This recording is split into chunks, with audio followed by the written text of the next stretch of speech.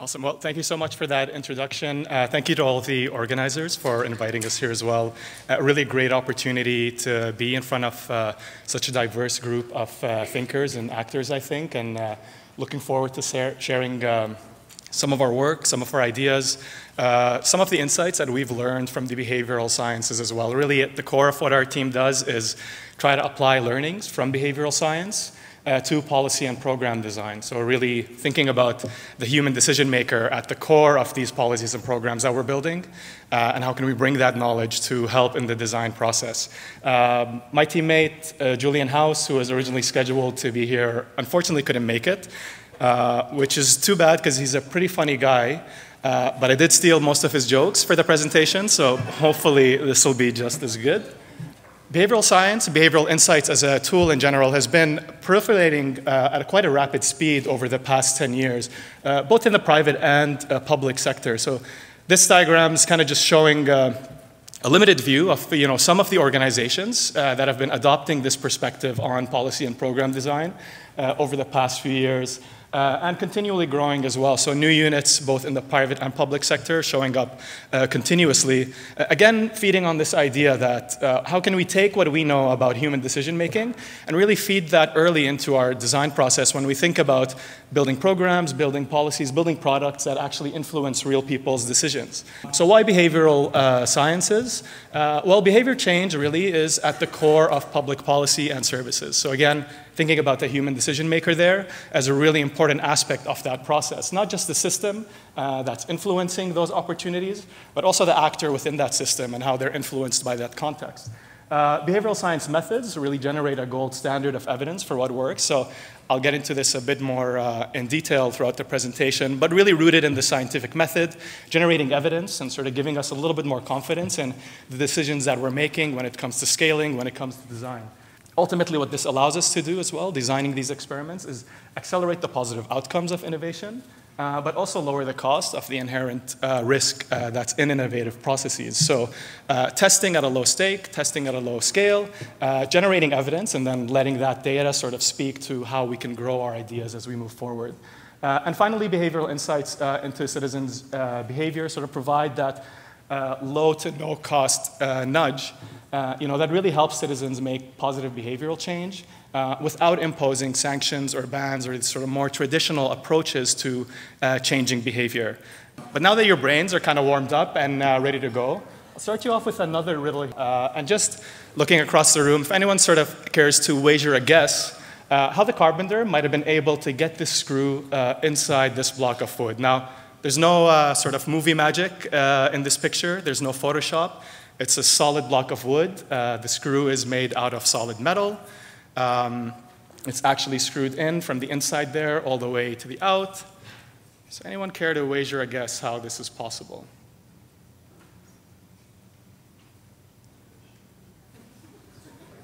So it's a pretty challenging puzzle. Yes? I know the answer, but okay.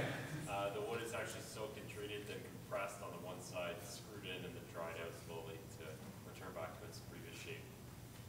Yeah, excellent. So one of the disadvantages of doing a presentation like this with such a smart crowd is that inevitably someone always has the right answer. Thank you for sharing that, though. So really good point. I think to take that back, though, really what this demonstrates, and the reason a puzzle like this is very challenging, is that most of us have a mental model of what wood is as a solid sort of building material. So it's rigid, it's stable, it allows us to kind of support our weight on it. But the reality is, as you mentioned, that wood isn't always this way. When wood is young and still growing, it's actually quite pliable and flexible. So what the carpenter did in the previous scenario, and what you can do to restore this pliability to wood, is just soak it for a really long time until it's waterlogged. Then they just bend it in a vise, they put in the screw, and then they just let it dry up and snap back into its original shape. And a really sort of key insight, I think, from this sort of framework is that this idea of how our mental models actually build our perception of the world also have a big influence on the kind of solutions that we think about when we're looking at introducing change into the environment that we're working in. And so our mental model of how the world works really is a sort of core modifier, again, of the solutions that we consider when we're thinking about problem solving in general. Now, behavioral insights at a broad sense, really has a lot to do with changing our perception of how we think about human decision making. So how we as people and decision makers actually go about doing that. And it's important because in government, a big part of what we do is try to help people to make better decisions. Whether that's about getting kids to stay in school, or whether it's about eating healthy diets, or whether it's about saving for retirement. A lot of our work focuses around this idea of, again, facilitating decision making in certain contexts. And so as public servants, it's very important to consider how our mental models of how people make decisions actually have an impact on the type of solutions that we're considering when we're going through this design process as well. Now, in a lot of government work, a traditional model of decision-making sort of follows this economic perspective of a traditional cost-benefit analysis. And really that's rooted in this idea that, if I'm aware of my motivations, I will do a sort of, analysis between what are the costs and what are the benefits of that, given the information that I have, and always try to optimize my self-interest in that direction. Now, given that model of thinking, an obvious way to sort of change behavior is either to add to the costs here by, for example, introducing tax and fines, or we can introduce some incentives, so increase the benefits, so people sort of behave in a different way, or we can add a little bit of information through either disclosure or public announcements or things of that nature to give people a little bit more context in order to do these cost-benefit analyses. But the reality we know from the behavioral sciences, I'm sure we all know from our personal experience as well, is that decision-making is often a lot more complex than this. Just to be clear here, what Behavioral Insights brings to the table. So these tools are effective at generating behavior change. We know that they're useful. We know that they work. But what Behavioral Insights really tries to bring to the table is, again, a sort of small nudge to try to help us expand our perspective of how decision-making actually works so that we can bring an extra tool into our toolbox. So understanding the complexity of decision-making, understanding the complexity of the context of decision-making, can we now also add that to the way that we think about program and policy design? So again, looking at these interpretations, in this scenario here, again, simplified, not choosing option A might be perceived as a lack of desire or a lack of ability or a lack of an understanding. The reality is that there's often something about the context of that decision that will also impact that choice. Furthermore as well, if we consider most of our decisions on a day-to-day basis, this diagram would be a lot more complex if we were doing a true cost-benefit analysis. So often what ends up happening is that we as human decision makers rely on shortcuts in our decision making that help us actually move forward in life. We're pressed for time, we're pressed for ability, we're pressed for sort of our emotional state. So all of these things influence the kind of decisions that we make and the kind of routes that we take when we're facing this fork in a decision as well. Just a small example to sort of highlight this, and one of the consequences of this pressure of these automatic sort of shortcuts that we take is that small barriers can often tend to have a big influence on important decisions in life that might not be obvious off the get-go. So this is an experiment that was done in the USA, just looking at student uptake for federal student aid. So FAFSA is free money that's essentially on the table, targeted at low-income families to help their children actually attend post-secondary education. And again, from a traditional perspective, the view here, if people aren't taking this money, might be that, well, they're simply not interested, or maybe they don't need it, or maybe they just don't know about it. And so this experiment, just to sort of think about again, is there a different perspective on why people might not actually be taking this incentive, and thinking about the process itself. Is there something about the application process, the time it takes, or the complexity of the application that might be contributing to these decisions as well? So in a very sort of straightforward experimental design here, what they looked at was at the difference collaborating with H&R Block between just providing information to people. So noticing that there was a lot of overlap with information that was required on the application form itself and the information that these families were providing in their income tax reports. Again, there was this idea that is simply telling people that this funding exists enough to increase uptake, and what they found was that actually it wasn't. What really had an impact was introducing this information, but also significantly shortening the application form itself by just auto-populating information from people's income tax reports and putting that on the form. And now you're sitting with a professional that's sort of guiding you through it, but instead of asking you 20 questions, now they're only asking you 6 or 7 that you need to respond to get this funding. And again, we see a small change here in the process, but huge implications on the outcomes for the people that are actually relying on this kind of funding. So 40% increase in their likelihood to actually submit an application to post-secondary education. More importantly here, almost a 30% increase in actual attendance at post-secondary education as well. So I think there will be several other examples here that kind of highlight this idea of introducing small changes in the process that again address this sort of huge gap between things that we know are important. There's a lot of research that tells us about the future benefits of an education, both economic and otherwise. And so how can we identify those points and how can we introduce those changes as we move forward? You know, a key point, again, at a broader sort of policy level, if we think about something like the poverty reduction strategy, it determines the best ways to allocate resources across policies and across services. But the reality is what's often referred to as the last mile in the literature. How these services are designed at touch points with clients also has a great impact on how effective they're going to be and how people are going to make choices when they're actually faced with those opportunities at that specific time. And so really thinking about those touch points, really thinking about those interactions, really thinking about that last mile of implementation and how it influences decision making is a big part of Behavioral Insights as, again, a tool that's added to our toolbox when we think about program and policy design. This generally falls under the umbrella of something referred to as the dual process theory in the literature. Essentially what this is saying is that our brain is often competing between 2 modes of operation. One that's sort of deliberative, allows us to do that complicated cost-benefit analysis, really look at the information we have. But of course, again, as we all know, it has its downsides as well. It's slow, it's effortful, it gets tired quite quickly, and it has limited capacity. There's only so much we can pay attention to at any single time. The other, complementary system, but again competing for limited resources, is kind of system 1 automatic system. So it helps us make those fast decisions. It relies on our experience. It relies on social cues. It relies on different elements of our environments and helps us just move forward with our lives and get things done again. So some advantages, but also again, some disadvantages here too. So it's focused on the present. Things that are close to us in time and space tend to have a much higher influence on our decisions than things that are far away. It's highly influenced by our emotional state, stereotypes, our impulses, and other effects within the context of our decision as well. Now, the upside is that we are capable of controlling this sort of impulsive reaction. So if any of you are like me, kind of just staring at the salad when we went up for the lunch period for a while before deciding whether you're actually going to put some in your plate or not, we're able to kind of take a step back and, again, you know, control that impulse of just going for the junk food, going for the fun, or thinking about the long-term consequence of our decision. So just to highlight this, I think this is one of my favorite examples from the literature. Some of you may be familiar with this. It's called the Stroop Task. But it's an exercise we're all going to go through with, together.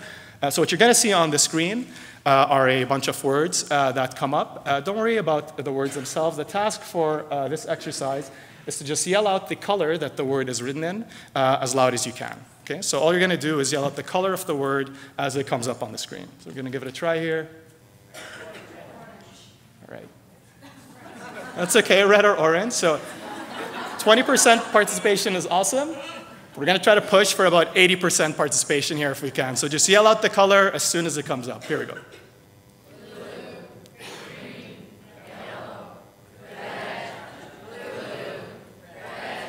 Okay, so a little bit tougher. We're going to try one more time. Here we go. A little bit faster. Green, red, yellow, black. Okay, so it gets a little bit tougher here, as we notice. When there's an incongruency between the color and the word itself, the task gets a little bit more difficult. And this is something that the literature tells us a lot about the brain, but I think something we all experience in our day-to-day experience too. Things that are automatic to us, like reading words, like the fact that our brains have been so trained to interpret a sequence of letters in a specific order as a sort of meaningful word, become automatic actions. It's very difficult to overwrite that process of actually just reading it and saying the word itself. But the upside, as we can see in the demonstration as well, is that we are capable of doing that. We can take a step back, we can think about what the context of the decision here, or what's actually required is, and we can sort of control that impulsive reaction to just read the world and achieve the task as well. But again, it comes back to this idea of understanding the context of the decision in the first place. So system one, again, kind of sees the expected. It has a theory of what the world works like, and it sees that. It's very good at catching those details.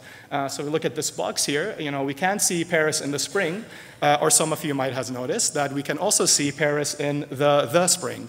So actually the word the is repeated here.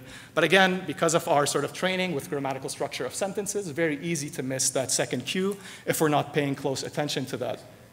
Another really fun example here from the literature. So this was a study that had a bunch of radiologists just look at these scans, and what they were instructed to do was inspect them for any abnormalities.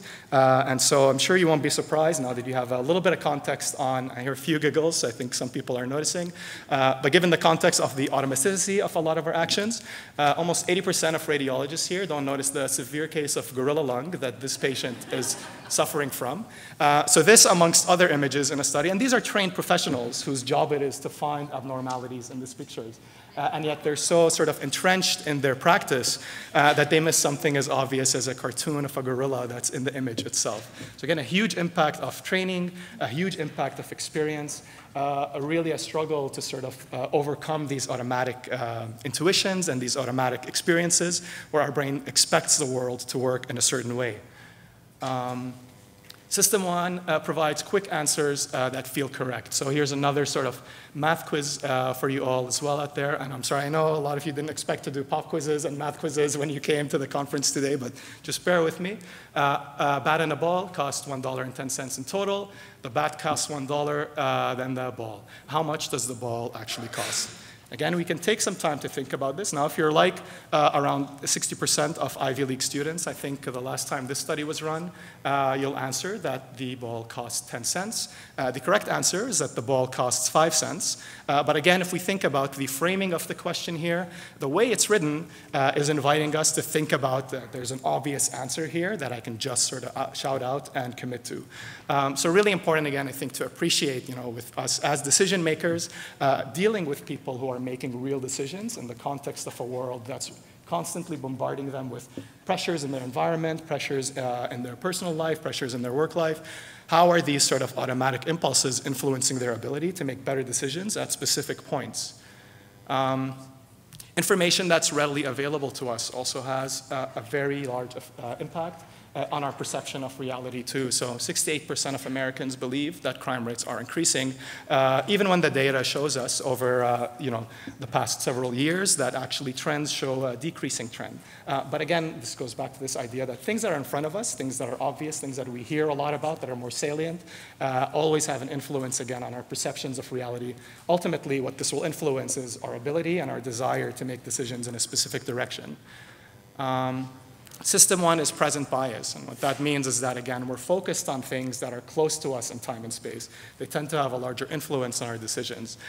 So I may, like many of you, have motivations to sort of live a healthy life and go for that 30-minute run, when I get back home from the conference today. But the reality is I'm probably going to be pretty tired. Maybe I did a presentation. We've all been participating in a lot of exercises. So I'm just going to rest and watch Netflix today, and maybe I'll go for that run tomorrow. But the reality, as many of us know as well, is that tomorrow is always one day away. So tomorrow there will be different tasks and different responsibilities and different duties, and I'm going to go through this process again. And so even when System 2 is aware of the long-term consequences of our behavior, it's not always easy to mitigate our sort of short-term response to that.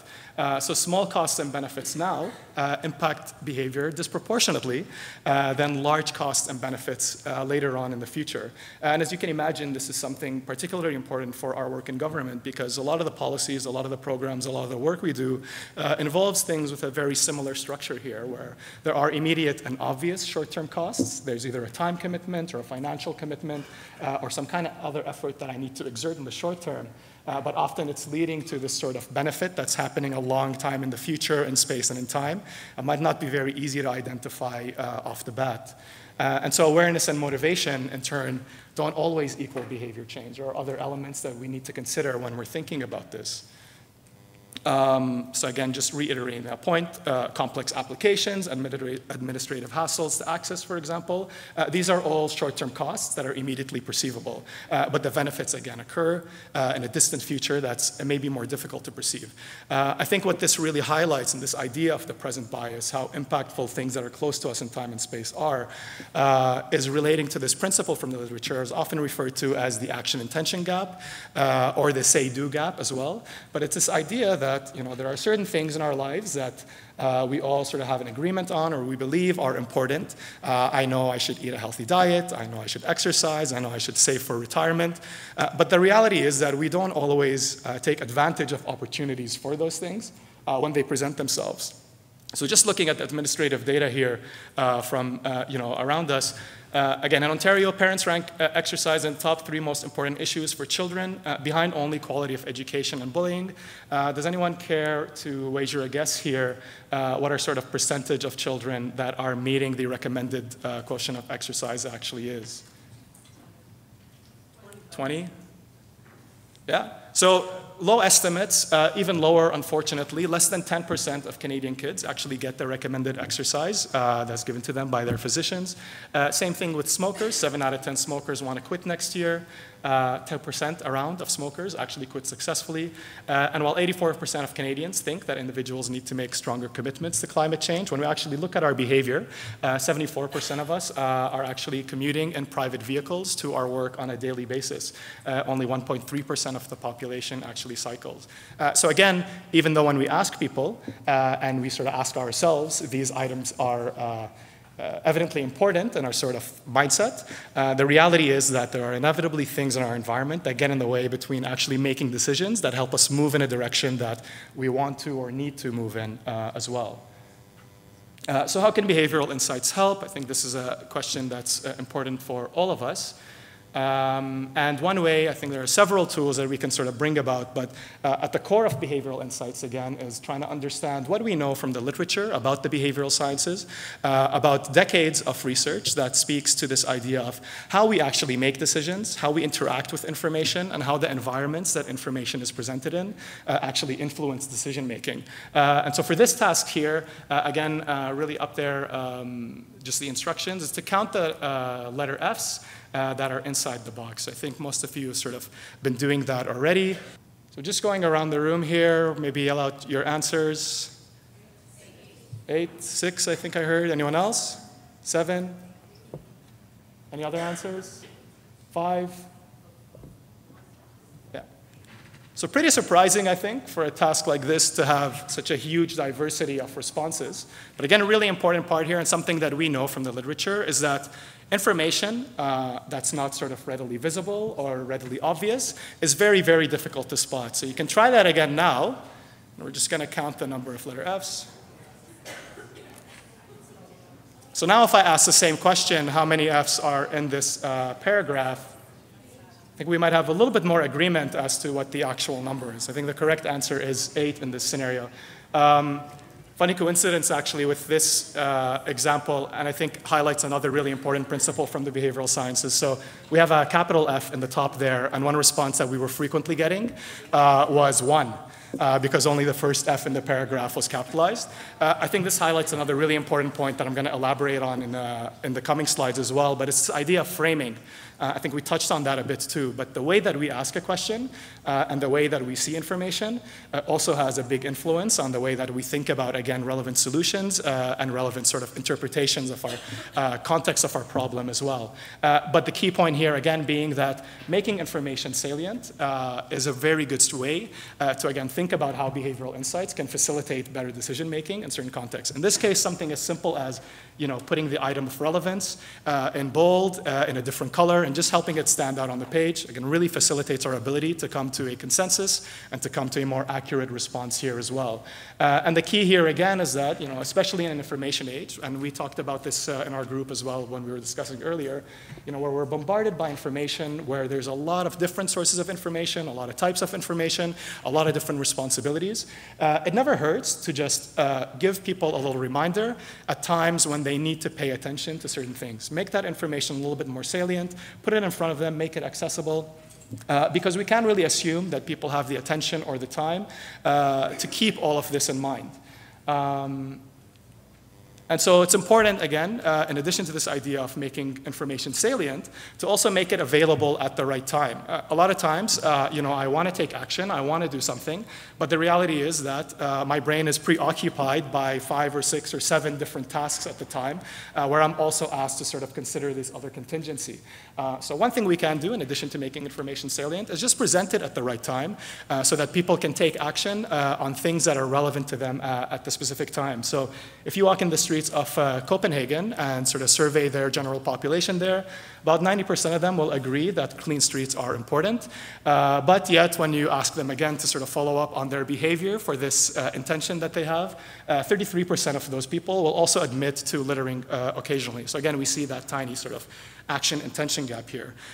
So one question that researchers had in this scenario was, well, how can we make this a little bit more salient, and how can we provide cues for people at the right time to actually help them close this gap between their intention to keep their streets clean and their action of actually littering occasionally. And what they did very simply was just put green footsteps on their streets that led people to bins that they could dispose of their garbage in. Again, the idea being that when I'm walking on my way back from lunch to work and I have that sort of empty styrofoam container in my hand, I might be a little bit rushed or have a cup or a candy wrapper or whatever it is.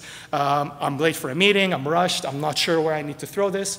So, an example I think we can all relate to is we get to that bin and I see recycling and I see compost and I see garbage and I don't have time to make that decision. So I just throw it wherever I need to. Something as simple as this led to a 46% reduction in littering.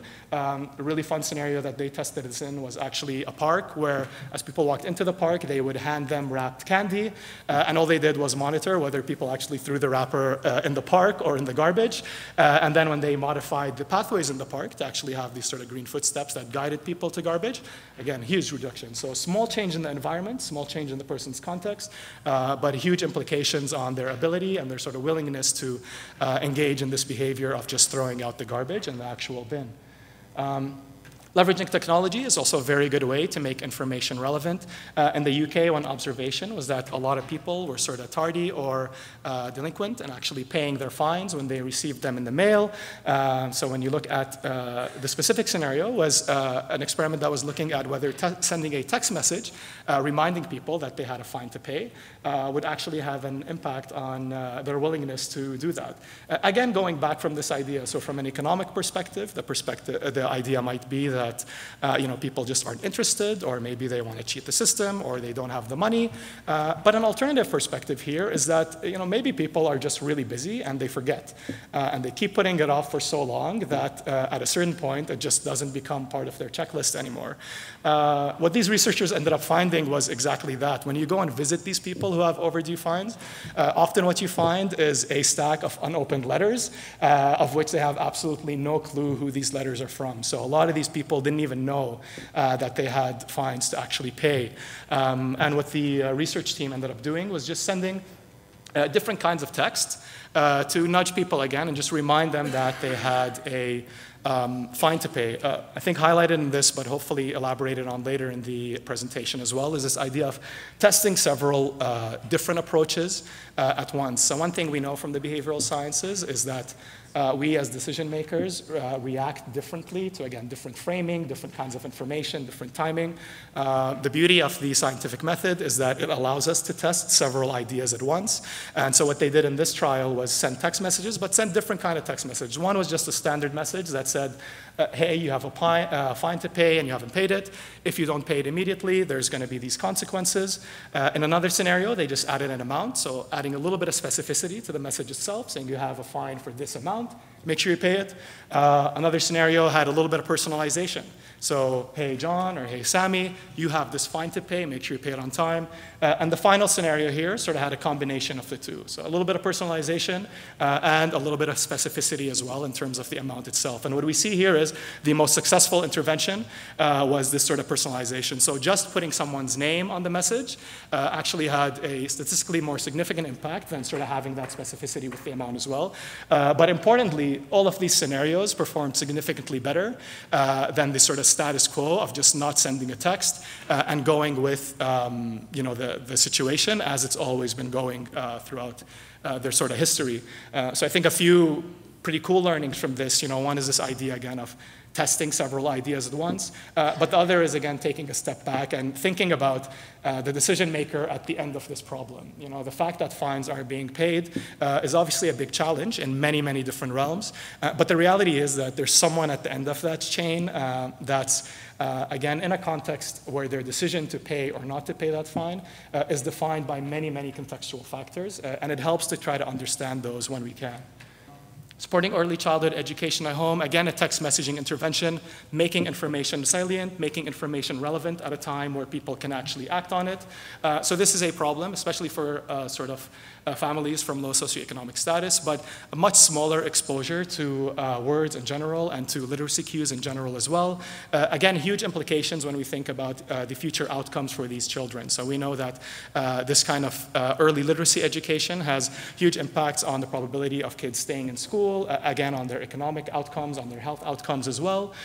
So a simple text message here, again, that's sent to parents regularly throughout the week that just capitalizes on certain moments in the day. So might give a little fact like this: hey, bath time is a great time for teaching your child important skills for K. So start by asking, what do we need for the bath, and where can we find that, for example? Very simple interactions that a parent can have with their child, again, presented at times, so they're hooked to these specific times that become relevant for parents. So I know now that every time I'm sort of taking my kid to bath time, there's something I can do with them. Every time I go grocery shopping with them, there's something I can do with them. But again, anchored in this idea of making information salient and just presenting it at a time where people can actually act on it.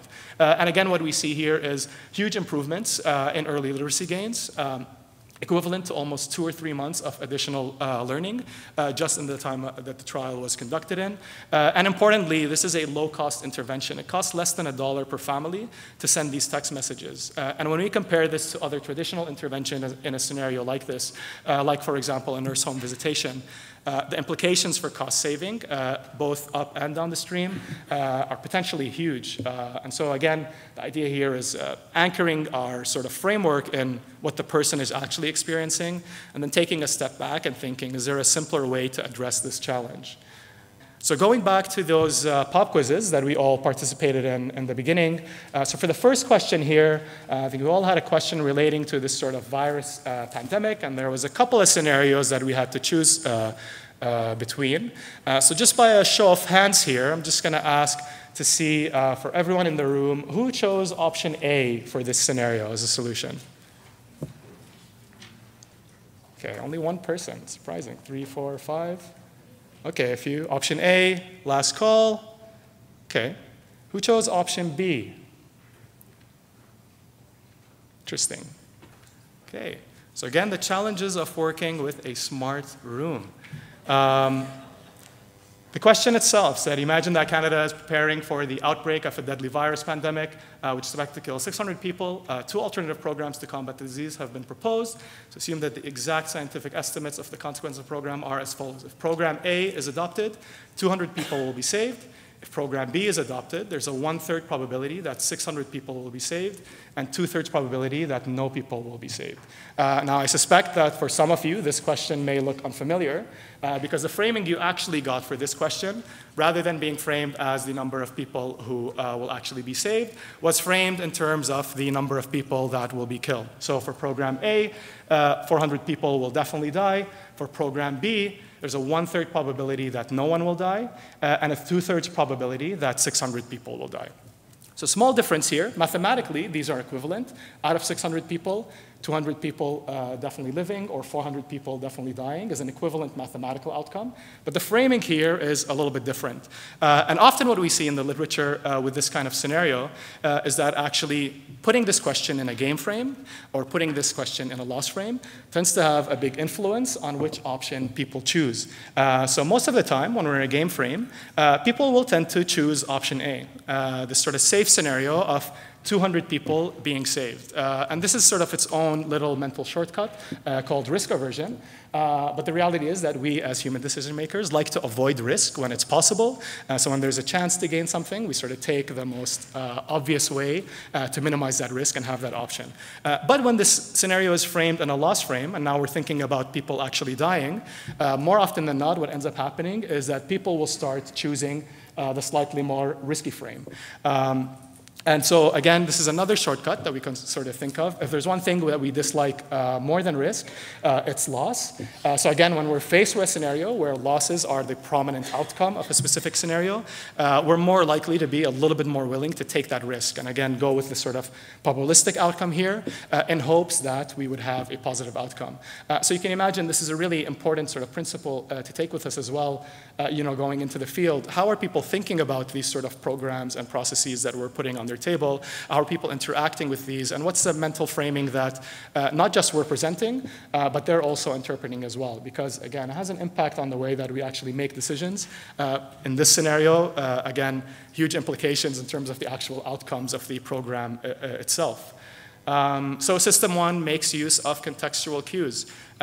For this visual illusion here, again, our brain is giving us a lot of information. We're used to the sun sort of giving light from the top, and we know that this causes certain objects to cast shadows in a certain scenario. So if I were to ask you, whether square A and B are the same color here, you may have a certain perception until I just change the context of this puzzle a little bit. So again, no movie magic here, except for a single bar that's going across here and taking that shadow away. But again, the context of our decision here is a huge influence on our perception of information itself in the world. Now, if you don't believe me, a simple test you can do here is to put your finger in front of your eyes to sort of block out the shadow in the middle, and you'll see the color change almost immediately. But again, really important, I think, and what this tells us about what we know about the way our brain works, really at the core of behavioral insights in general, is that context matters. And the idea with the nudge, the basic nudge idea is, again, that changing the context that's surrounding a specific behavior, that's surrounding a specific choice, can have an influence on that behavior beyond just incentives or regulations or information. And so the question is, how can we use this as an added tool to what we have at our disposal already as policy designers, as program designers, as product designers, to think about the context that we're creating when we're putting people in situations where they need to make important decisions. So again, going back to this idea and what we sort of try to bring with this idea of behavioral insights is that more often than not, when we're looking at these traditional scenarios for decision making, we don't have an idea of what the real context of that decision is. So we need to take a step back and understand that a little bit more thoroughly before we can have a full consideration for what impact our designs are having on the way people are actually deciding. Framing incentives, we talked about this a little bit, but again, huge influence on the way people actually act. This was an app designed for part of a study that was just trying to encourage people to sort of achieve this goal of taking 7,000 steps per day. And so the way that they were rewarded for doing this was framed in different ways for different people. So different groups of participants in this trial were getting different incentives and different messages here. For one group, they just got feedback, but no incentive. So how many steps have you completed? Another group was receiving $1.40 for every day that they completed their step count. Another group was sort of endowed with a $42 allocation, and then every time they missed that actual count, $1.40 was deducted from that allocation. And finally, the last group was in a sort of lottery scenario. So for every day that you complete, you get a ticket into this lottery, and you could win $5 or $50 for completing your step count. And what we see again here in this scenario is that the loss frame actually had the highest impact on people's behavior of actually completing these steps. So participants during the trial that were getting this loss frame scenario, they were given money, and then they were sort of told that if you miss your goal, we're going to take some away, tended to complete their count on almost half of the days that they were participating in the trial Again, a significant difference between the other scenarios, but really important to consider, and I think as our demonstration here highlights, is that while a lot of these findings are robust, but with our pandemic virus scenario, they're also context dependent. So important to always test these ideas when we sort of have an indication or an idea that one of them might work. It might be a scenario like this where the audience is influenced by certain information or has certain background context or has certain context outside of that that impacts the way they're making choices. It might be the way that I present the information itself, but really important, I think, always to keep in mind that the influence of these sort of different interventions is always context dependent. And so one thing to keep in mind to, I think, help us stay humble about the evidence that we're generating and help us have a little bit more confidence in what it actually means is to think about it in the context of an experiment, is think about it in the context of a test where we're actually relying on the evidence and the data to give us a little bit of information about when something is useful in a specific scenario. This is another example here. I think for a lot of you receiving energy bills in Ontario, you might be familiar with this as well. But for a lot of us that sort of rely on our electricity for various items in our life, most of us know that what we do when we're using electricity is expend something referred to as kilowatts per hour, and that's what we're charged for. But I think most of us would be pressed to actually explain what that means to a person sitting next to us at a table if we were actually asked, well, what does that mean, a kilowatt per hour? How is it actually defining how much you pay on your electricity bill? And the challenge with that is that when we're faced with information that we don't know how to interpret, it's very difficult to understand how we can actually change our behavior based on that information. If the unit of measurement is unclear to me, it's difficult to envision a scenario where I'm actually able to understand how a rise or a decrease in that is actually important or less important. And so often what we do in scenarios like this, when we don't know what the right behavior to do is just look at the people around us. And if they're acting in a fairly reasonable way, according to our interpretation, we'll just copy them. So when in Rome, several, I think, common phrases that we rely on to sort of express this idea. But again, this core idea, what's referred to in the literature as just the impact of social norms. When we're not sure what to do, we often engage with people around us. We engage with our communities, with our societies, because they give us cues about what the appropriate behavior is. And it's also important for us to feel like we're part of that community too. So comparing performance on our electricity usage was very difficult before sort of O-Power came around. So this was a private company that just collaborated with energy providers across the globe. And all they did was add a couple of bars to your energy bill that sort of showed you the average consumption of energy for houses of a similar size in your neighborhood. So they would show you your energy consumption. They would show you the energy consumption of an average household. And then they would tell you, by the way, here's the energy consumption of an energy efficient house in your neighborhood of the same size. And now all of a sudden, people start decreasing their energy use. So this minor intervention has shown really sustained effects in decreasing electricity, gas, and water use in many, many different countries at around a 1.5 to a 2.5% decrease.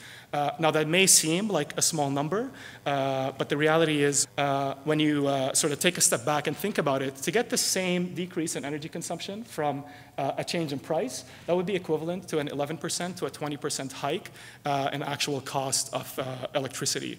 And so again, a small change on the bill here, just showing you how people around you are doing, but potentially huge implications in terms of cost savings, in terms of process savings as well. Another example here, how social context matters, just informing doctors who overprescribe antibiotics about the performance of their peers and letting them know that you're overprescribing antibiotics. And by the way, here are some things that you can consider when a patient comes in and asks for antibiotics. Again, tend to have a significant impact on the doctor's likelihood of actually unnecessarily prescribing these antibiotics when they're not needed, when different measures can be taken, like just going home and resting, for example. Mental context also matters in addition to social context. This is a really, really neat experiment done at Duke by Dan Ariely and some of his colleagues. Highly recommend all of Dan Ariely's books and his TED Talks, really, really interesting. For this specific study, what they were interested in is looking at the sort of moral context around cheating. Again, thinking about the economic model, thinking about our perception of the way programs in government work, a common perception is that it's big cheaters in our societies that lead to these sort of huge losses and costs, when we're thinking about programs, when we think about taxes, when we think about fine collection, when we think about things like that. But again, the researchers, so Dan Ariely and his teammates, sort of took a step back and said, is there something else about the way we're asking people to make decisions here that relate to honesty that might be influencing their responses and influencing their behavior? So what they did for this experiment was have people come in, and before they started this math test, they just signed a paper that said they were going to be honest about their reports. And so after they did this, they sat down, they each received a quiz. The reality is that the test itself was almost impossible to complete during the time that participants were allotted. Some of the questions were actually unsolvable. But after I completed my test, I'd walk up to the experimenter who had a paper shredder sitting in front of them, and he would tell me, okay, please put your paper in the paper shredder. So I'd put it in, I'd hear it shredding, and then they say, okay, now walk down to the next experimenter and just write down how many answers you actually answered correctly on that quiz. We're not going to check, just let us know how you answered correctly. Now, the reality is, even though it sounded like a paper shredder, this was a modified device that only shredded the edges of the paper. So what the experimenters were actually able to do was really go back and get these papers. They had the signatures, so they knew whose it was. And they were able to actually evaluate the difference between what people reported answering correctly and what they actually did answer correctly on the test. And what they ended up finding here was that actually it was small cheaters who I think over a 3-year period that they ran this study cost the lab close to $40,000 in lost sort of income. So you got paid for every answer that you got correctly. Whereas the big cheaters, so people who cheated by one question or so, cost the lab around $40,000 in the time. People who cheated by 3 questions or more cost the lab less than $5,000 over the duration of the entire experiment. So again, flipping our sort of perception of the problem here, flipping our perception of understanding, but a really interesting iteration to this experiment and really at the core of their idea of why are people doing this, was this perception that maybe triggering a moral identity before this actually happens, before people report their sort of results, might be an important influence on how honest they are when they're reporting. So what they did in their experiment was on that paper that I signed that says I'm truthful about what I'm reporting, rather than the traditional context and having me sign at the end, so after I read the sort of terms and regulations, and then I sign at the bottom, they got people to sign at the top. So rather than say that, what I just told you is true, they got people to say that what I'm about to report to you just now, before I actually do, is going to be true. And that has a significant impact in both big and small cheaters on the proportion of people that actually reported honestly. So that's a small manipulation that's been used across the board in many areas, but at a policy level, fine collection being one of them. And reporting sales as well for tax reports. But simply getting people to sign at the top, again, encourages companies to give much more honest reporting of their annual sales when, again, they're put in that situation where they say what I'm about to report is going to be truthful, as opposed to being in that sort of traditional context where I'm saying what I've reported previously is definitely truthful, don't worry about it. So again, huge cost implications here when we think about the context of the decision. A small change to the form itself, but again, huge implications in terms of the type of behavior that it encourages. Question 2 on our pop quiz. Let's see how we do with this one. So again, both groups here. So just to let you know, and I think some of you sort of probably recognize from now as well, is that this side of the room, more or less, was answering questions that were framed slightly differently than this side of the room. But for this question, again, we're asked to imagine, put yourself in a scenario where the conference is sort of paying you a listener's fee for listening to me impersonate Julian up here for a few hours. But the choice is between $5 sort of immediately, or $7 2 weeks in the future. My understanding is Julian did ask the conference organizers if they could actually pay you all for listening, but I think all the funds were spent on refreshments. But I assure you, hopefully, that the results of this experiment are generally the same, whether we pay or we don't. But as a show of hands here, who chose the $5 as an option? Okay, who chose the $7 as an option? Okay. So a little bit more of a split here. It looks like this half of the room is sort of picking the $7. It looks like this half of the room was more towards the $5 side. Now let's see if we meet the sort of experimental hypothesis. But to start off, let's think about this group that picked the $5 first. So if we sort of contextualize this in the context of your APR that you're accepting, what that's equivalent to, accepting $5 now at a sacrifice for $7 in the future, is an 840% APR. Now that's hundreds of times more than what's on any sort of credit card or mortgage loan for that matter. So maybe speaks a little bit to the sort of mortgage loan crisis that we're having at this point in Canada, but I think importantly as well speaks to this idea of the framing, which will become a little bit more clearer as we sort of move forward.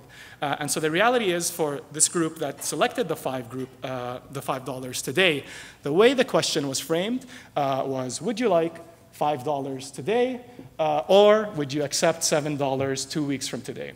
Now, this is a mental shortcut we've referred to before. It's referred to as the present bias. But again, it's the idea that things that are close to us in time and space are much more tempting. It's easy for me to imagine what I can do with the $5 that I'm going to get today than it is to imagine what I'm going to do with the $7 in 2 weeks. Now, in the other scenario, people were still making a choice between $5 or $7 2 weeks from then. But the main difference was in the temporal context of the question. For the second group here, the question was, would you accept $5 1 year from now, or would you accept $7 1 year and 2 weeks from now? And I think the difference that we see in the responses here is really interesting, because what this highlights is that while sort of things in the present or while these rewards are tempting, they're only tempting if they're obvious to us in the present.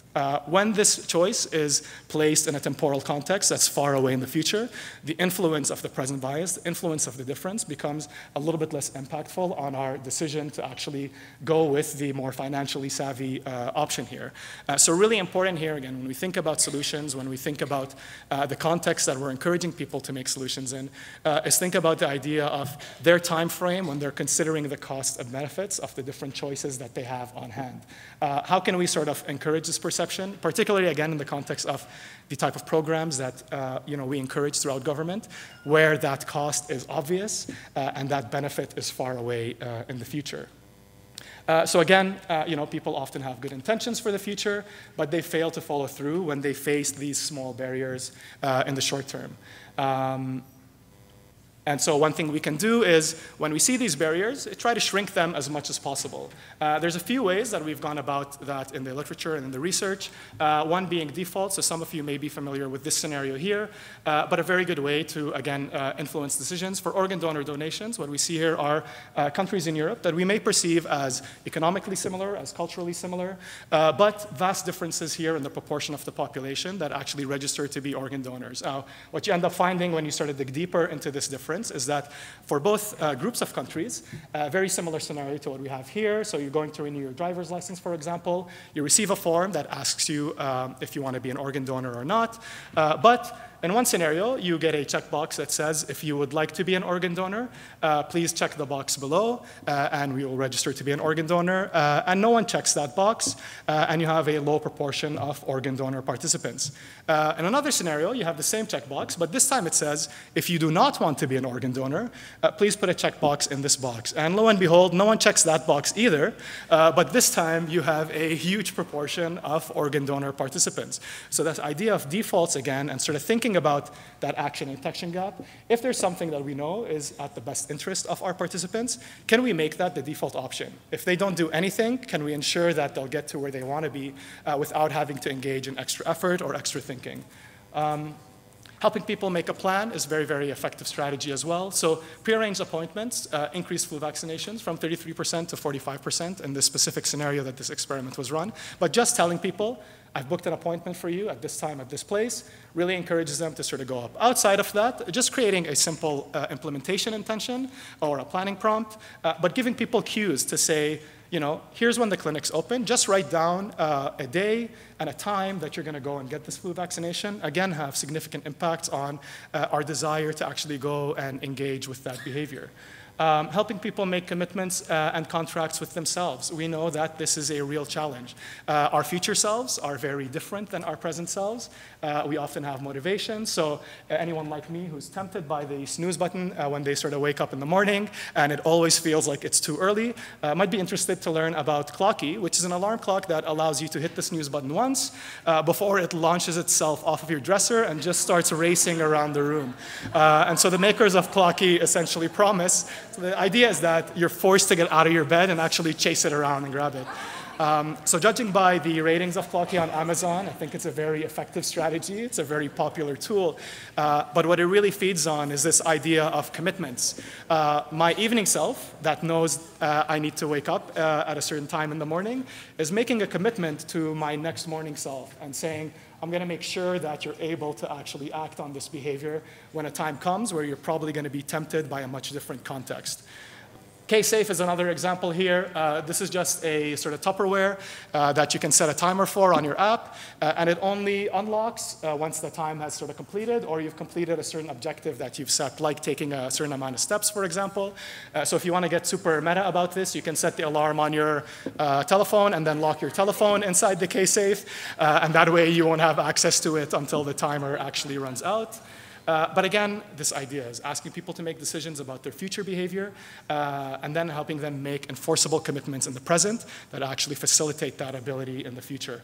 At a more policy level, this strategy has been shown to be effective in things like helping people save for their retirement. So engaging people with saving programs that actually take a little bit out of their future raise as opposed to what they're making right now tends to show huge increases in the amount of money that people contribute to their saving programs throughout their work or throughout their personal lives, as opposed to, again, having a check in my hand and then someone telling me, oh, would you like to give me a certain percentage of that? So a deduction from a future raise is perceived much differently than, again, that immediate perceived loss in the short term.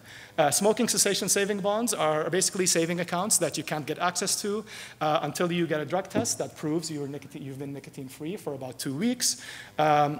At a more general level, this idea can be used, I think, for anything where we sort of get people to make public commitments. But even something as simple as telling my neighbor or telling my sibling that, I'm going to go vote this year has a really significant impact on the probability of me actually going and voting. So making a public commitment, finding sort of engaged partners that will hold us accountable for our actions, very, very useful strategy. Some examples from the OPS here for us. So some of the work that we've done with several different partners here, tax collection being one of them. So again, from an economic perspective, we may think, if we're taking that pure cost-benefit model, that if people aren't reporting their taxes or paying them, it might be just an issue of liquidity, or maybe they just don't have the money on hand. And that's probably the case in many scenarios. But we can also ask a different question, which is, again, maybe they just forgot, or they've just been so busy that they haven't gotten around to it. And so we know here for the employer health task, approximately 9% of the population that needs to file this tax doesn't. And what we did for this trial was a very simple manipulation. I apologize that the screen is sort of cut off, but on your left-hand side here is the original letter. On your right-hand side is just our modifications for it, and really just highlighting key points of how, where, and when people can actually file this tax. Huge implications. So in the 30 days that we ran the trial for, $365 in additional taxes collected. Sort of surprised effect of this intervention was that not only did people file more often, but they actually filed on time and quicker as well. And again, $14,000 saved in collection costs. So there was no need anymore to send additional letters or to get additional people to call or go in person to sort of ask about these tasks. Importantly, again, $0 spent on this intervention. So this was a letter that already existed, that was being communicated. The key idea was feeding on some of these insights from the behavioral sciences and thinking about making key information salient, making key information present, and then actually allowing people to act on that information when they needed to. Another trial here looking at, again, sort of getting more people to renew their ValTag licenses online. So for anyone who drives a car, you have a little sticker with the month and the year that you have to put on the license plate. Again, a huge action intention gap here. What we see is 87% of Ontarians reporting, or 84% sort of reporting that they're interested in government e-services. And yet this service has been available for about 4 years, I think a little bit more now, and only 10% actually use it. But again, looking at why that might be.